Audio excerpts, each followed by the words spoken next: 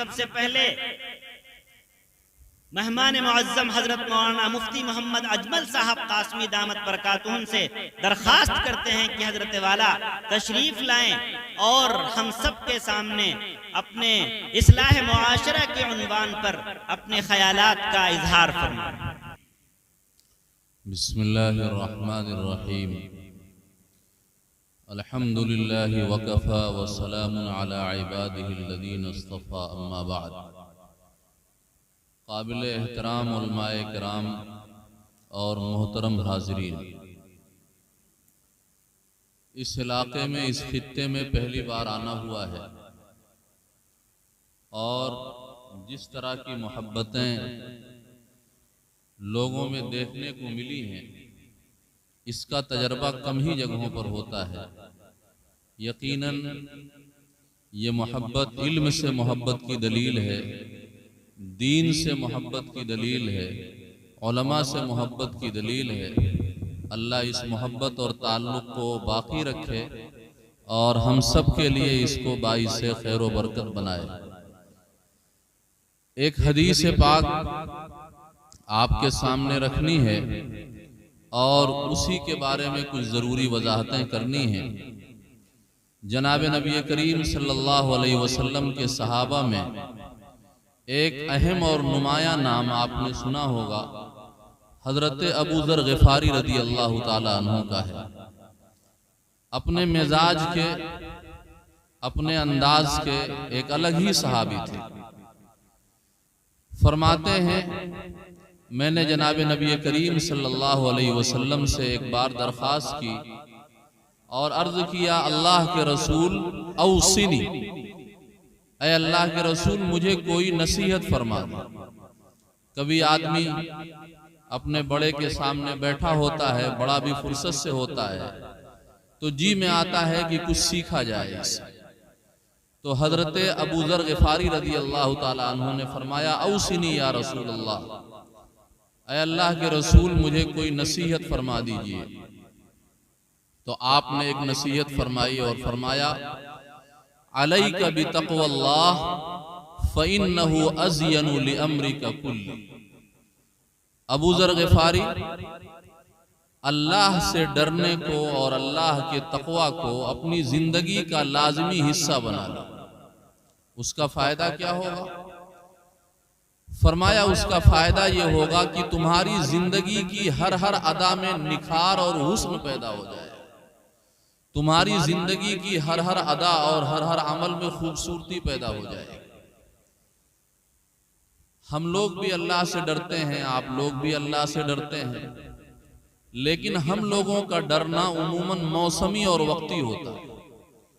घर में किसी का इंतकाल हो गया तो घर के लोग नमाज पढ़ने लगते हैं, तिलावत का एहतमाम करने लगते हैं, मौत का डर सताने लगता है। कोई और आफत आ जाती है, हादसा पैदा होता है जो हमें आखिरत की याद दिला देता है, तो हम अल्लाह से डरने लगते हैं, मस्जिदें आबाद होने लगती हैं। ये भी बहुत गनीमत है। लेकिन जिस बात की हजरत अबू ज़र ग़िफ़ारी रज़ी अल्लाह ताला अन्हु को नसीहत की गई है, वो ये वाला तक़वा नहीं। फरमाया, तक़वा ये लाज़मी होना चाहिए, जिंदगी का हिस्सा बन जाए। ये नहीं कि हम रमज़ान आया तो तक़वा वाले हो गए और ईद आई तो तक़वा हमारा ख़त्म हो गया, बल्कि जिंदगी का साथ हो जाए, खौफ खुदा हमारी जिंदगी का रफीक हो जाए। जब ऐसा होगा तो तुम्हारी हर हर अदा में हुस्न पैदा हो जाएगा, हर हर अदा में और हर हर अमल में निखार आ जाएगा। तक़वा किसे कहते हैं? मोहब्बत भरा, अल्लाह से मोहब्बत भरा वो ताल्लुक जिसमें अल्लाह से उम्मीदें भी हों और अल्लाह की नाफरमानी करते हुए अल्लाह का डर भी हो कि कहीं अल्लाह पकड़ ना ले, सजा ना दे ले। जब दिल में ये ताल्लुक पैदा हो जाता है तो कहते हैं दिल के अंदर तक़वा आ गया। हम अपने बड़ों से डरते हैं, अपने वालिदैन से डरते हैं। वालिदैन से डरना ऐसा नहीं होता जैसे हम डाकू से डरते हैं या सांप बिच्छू से डरते हैं। वालिदैन की अजमत भी होती है, मोहब्बत भी होती है और उसके साथ साथ नाराजगी का डर भी होता है। तो अल्लाह से हमें मोहब्बत भी हो, अल्लाह से हमें लगाव भी हो, अल्लाह से हमें उम्मीदें भी हों, और अल्लाह की नाराजगी इख्तियार करते हुए अल्लाह की पकड़ का डर हो। जब ऐसा मोहब्बत भरा ताल्लुक अल्लाह से पैदा होता है तो कहा जाता है दिल के अंदर तकवा आ गया।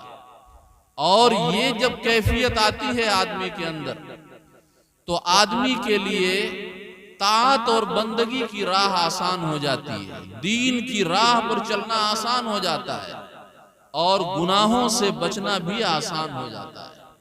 ये कैफियत आदमी की हमेशा हो जाए और साल के 12 महीने हो जाए, हर मौसम में हो जाए, तो कहा जाएगा कि अलैका बितक़वल्लाह पर अमल हो गया। एक बड़े सहाबी हैं हजरत उबई इब्ने काब रज़ी अल्लाह ताला अन्हु, जनाब नबी करीम सल्लल्लाहु अलैहि वसल्लम ने एक मौके से इरशाद फरमाया कि मेरे सहाबा में कुरान के सबसे बड़े जानकार उबई इब्ने काब रज़ी अल्लाह ताला अन्हु हैं।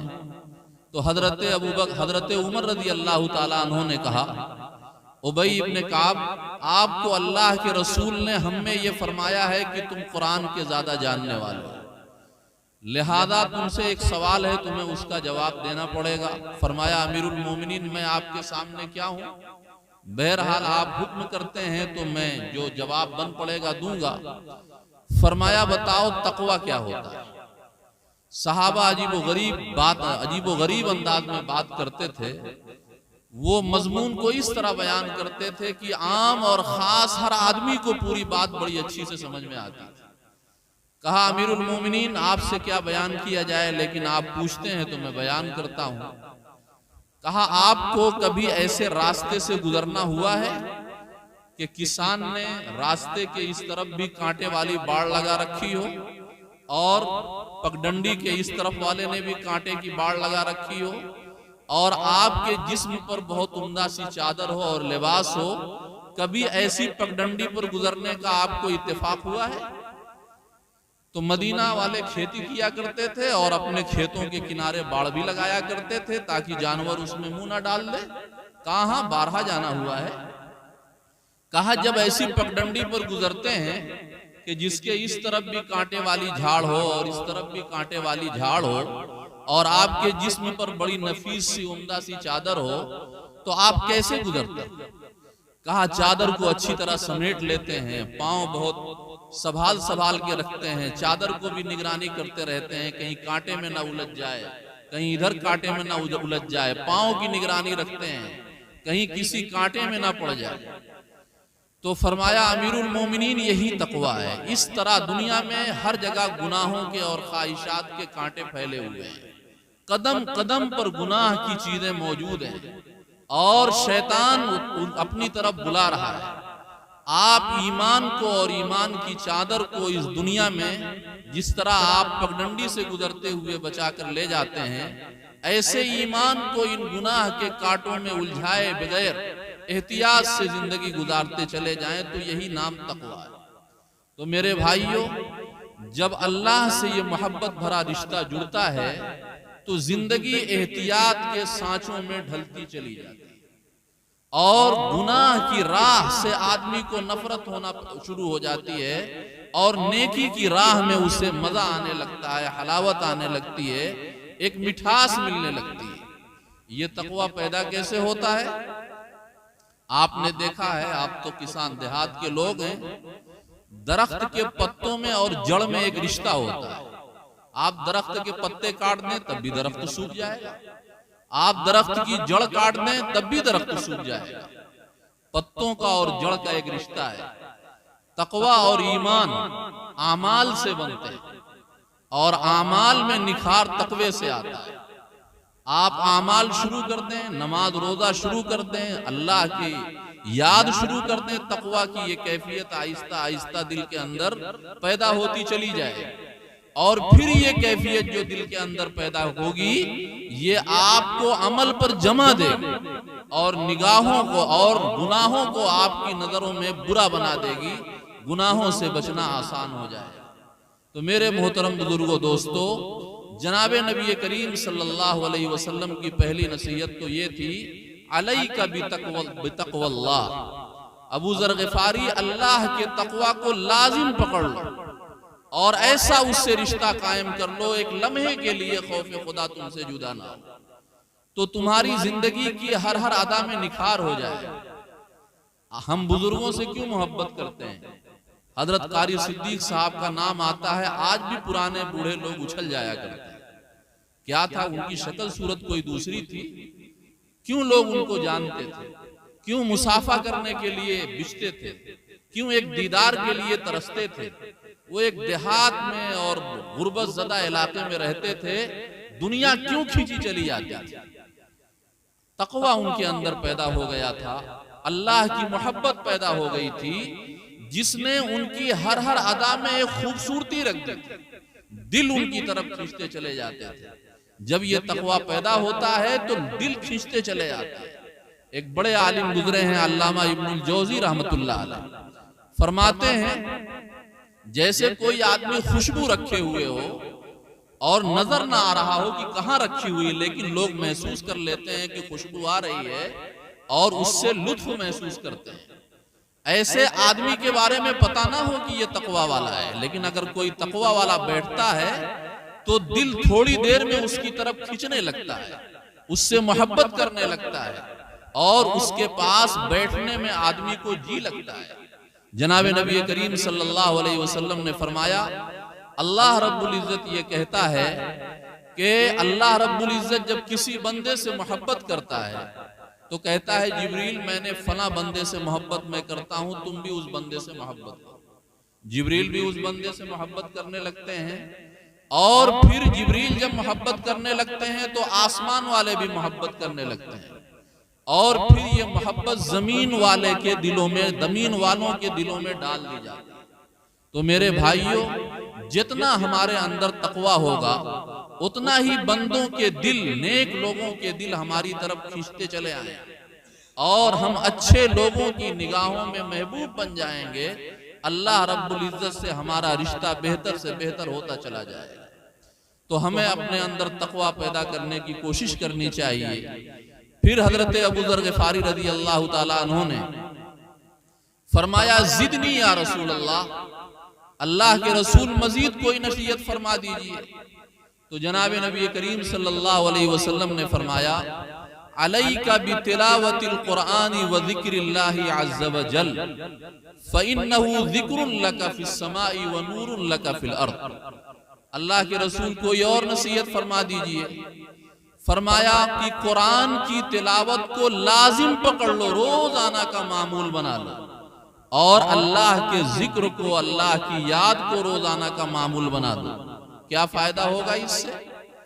फरमाया, फ़इन्नहु ज़िक्रुन लका फ़िस समा, जब अल्लाह का कलाम तुम पढ़ोगे, जब अल्लाह को तुम याद करोगे तो अल्लाह भी तुम्हें अपने पास मुकर्रब फरिश्तों में तुम्हें याद करेगा।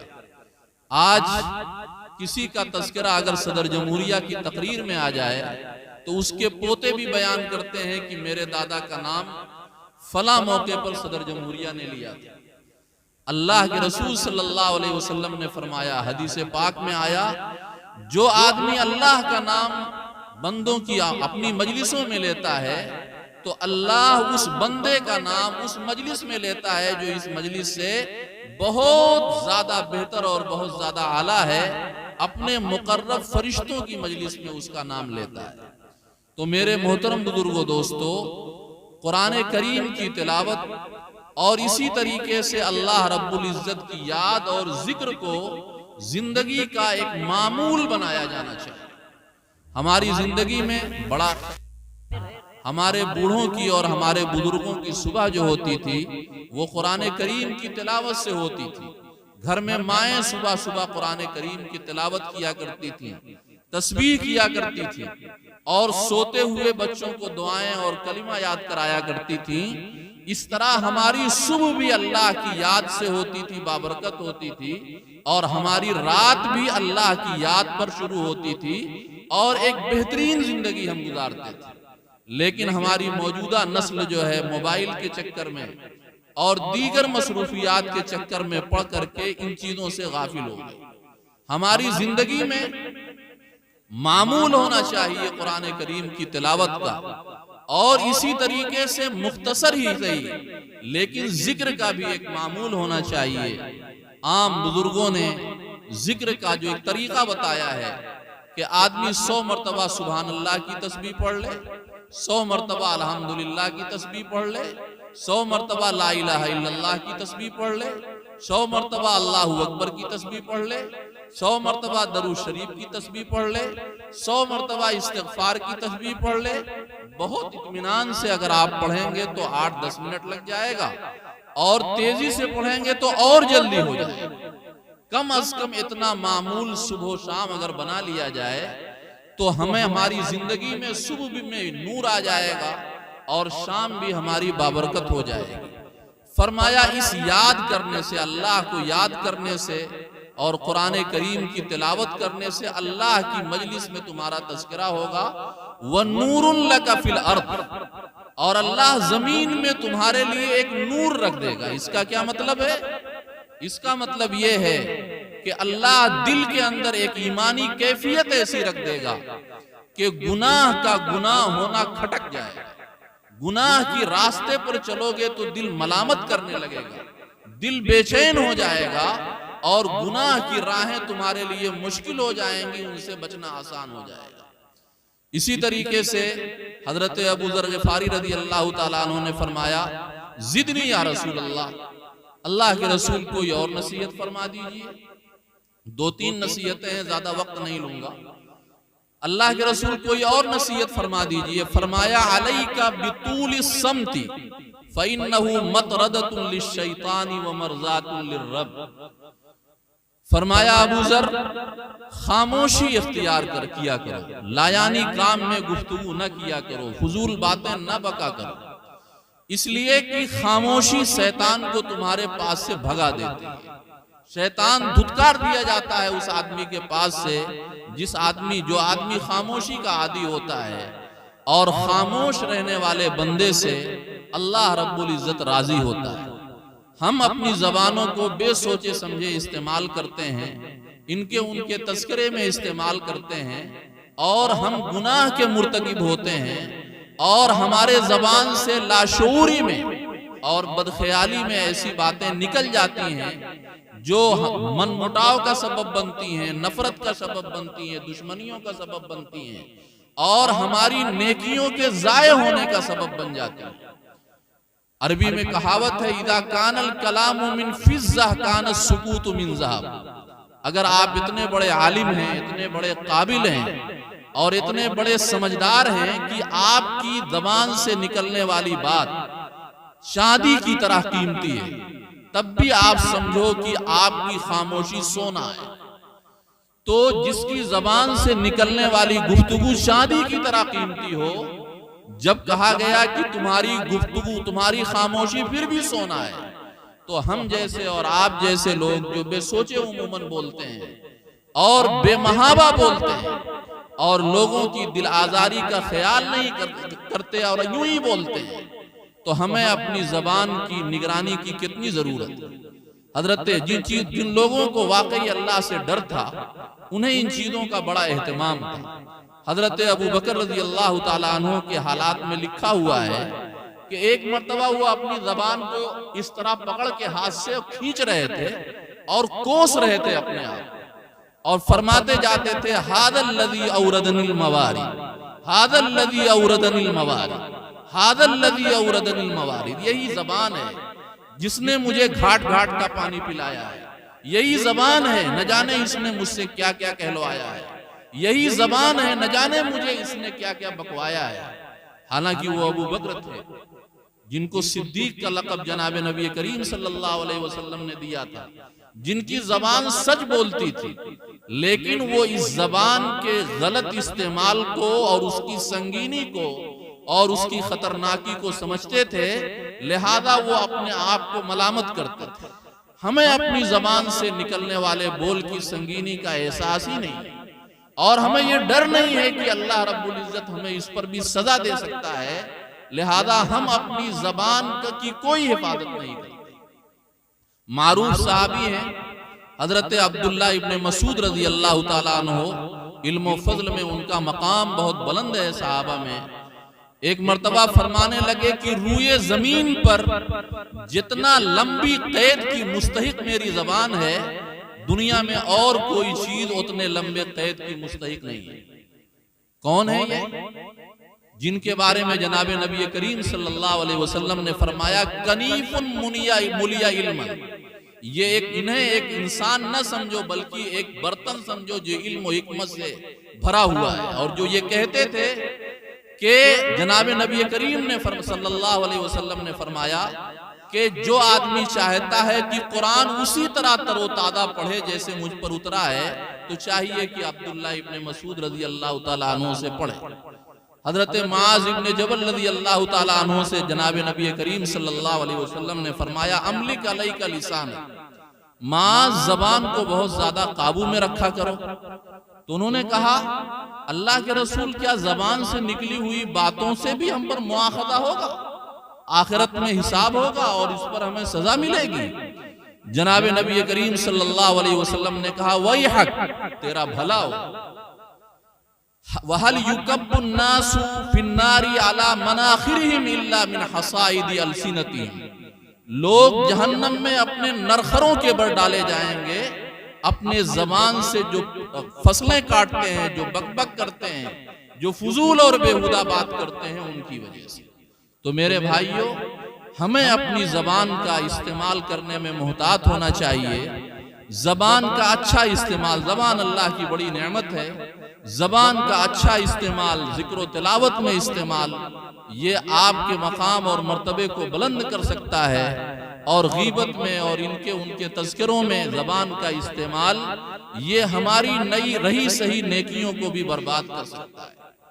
उसके बाद जनाब नबी करीम सल्लल्लाहु अलैहि वसल्लम से फिर हजरत अबू ज़र ग़िफ़ारी ने फरमाया जिदनी या रसूल अल्लाह, अल्लाह के रसूल कोई और नसीहत फरमा दीजिए। दो बातें और हैं, वही जिक्र करूंगा। फरमाया अबू ज़र ग़िफ़ारी कुलिल हक़्क़ व इन काना मुर्रन, अबू ज़र हमेशा इस बात का एक मिजाज बना लो, बात हमेशा सच ही कहा करो, हक़ी कहा करो। ये नहीं है कि आप झोल झाल कर दें, लोगों को देख करके गलत बात कहना शुरू कर दें, हालात वगैरह को देख करके, माहौल देख करके बात और जबान बदल दें। जो बात सच है वही कहा करो, चाहे वो बात सुनने वालों के लिए तल्ख और कड़वी ही क्यों न मालूम। हमेशा जबान से सच ही निकाला करो। ये बात रसूलुल्लाह सल्लल्लाहु अलैहि वसल्लम के कहने का मतलब ये नहीं है कि हक बात कड़वे अंदाज में कही जाए, लेकिन बहुत सी बार हक बोलना बहरहाल लोगों को बुरा लग जाता है। तो हक बात से फलां साहब नाराज हो जाएंगे, उनको बुरा लग जाएगा, इसलिए हक बात न कही जाए और उसको रोक लिया जाए। किसी के साथ ज्यादती हो रही है तो होती रहे, ये मिजाज नहीं होना चाहिए। आप हक बात को अच्छे अंदाज में कहिए, मीठे लबो लहजे में कहिए। अब अगर किसी को तल्ख लगती है, किसी को बुरी लगती है, सो लगा करे आप तो अल्लाह की रजा के लिए सही बात और सीधी बात कही। उसके बाद जनाब नबी करीम सल्लल्लाहु अलैहि वसल्लम ने एक बहुत ही अहम बात फरमाई। हजरत अबू ज़र ग़िफ़ारी रज़ी अल्लाह ताला अन्हु ने फरमाया जिदनी या रसूल अल्लाह, अल्लाह के रसूल और कोई नसीहत फरमा दीजिए। तो ये आखिरी नसीहत फिर आपने फरमाई, फरमाया लियहजुज़ का माफी नफ्सी का अम्मा फी गैरी।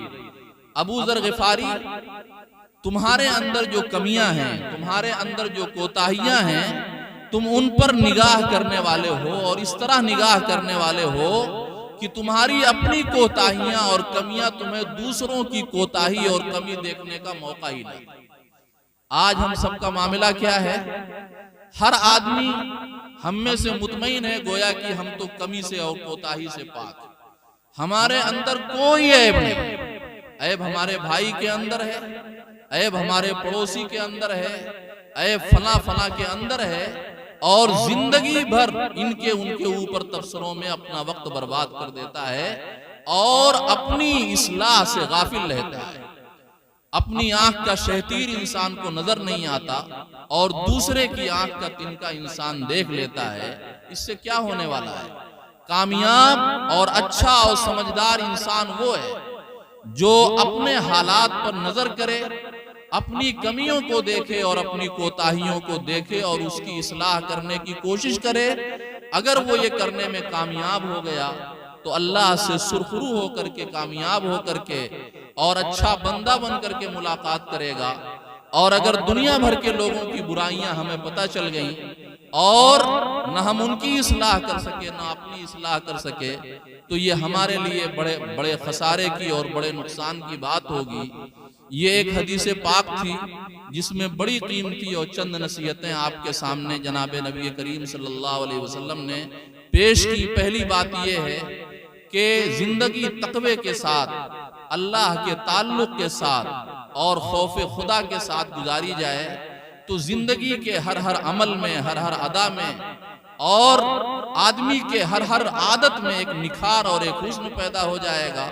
और दूसरी बात ये बताई गई कि कुरान करीम की तिलावत और जिक्रुल्लाह का एहतमाम किया जाए। अल्लाह के यहाँ इंसान का तज़किरा होगा और अल्लाह एक बसीरत दिल के अंदर पैदा कर देगा जिसकी वजह से गुनाह का गुनाह होना वादे हो जाएगा।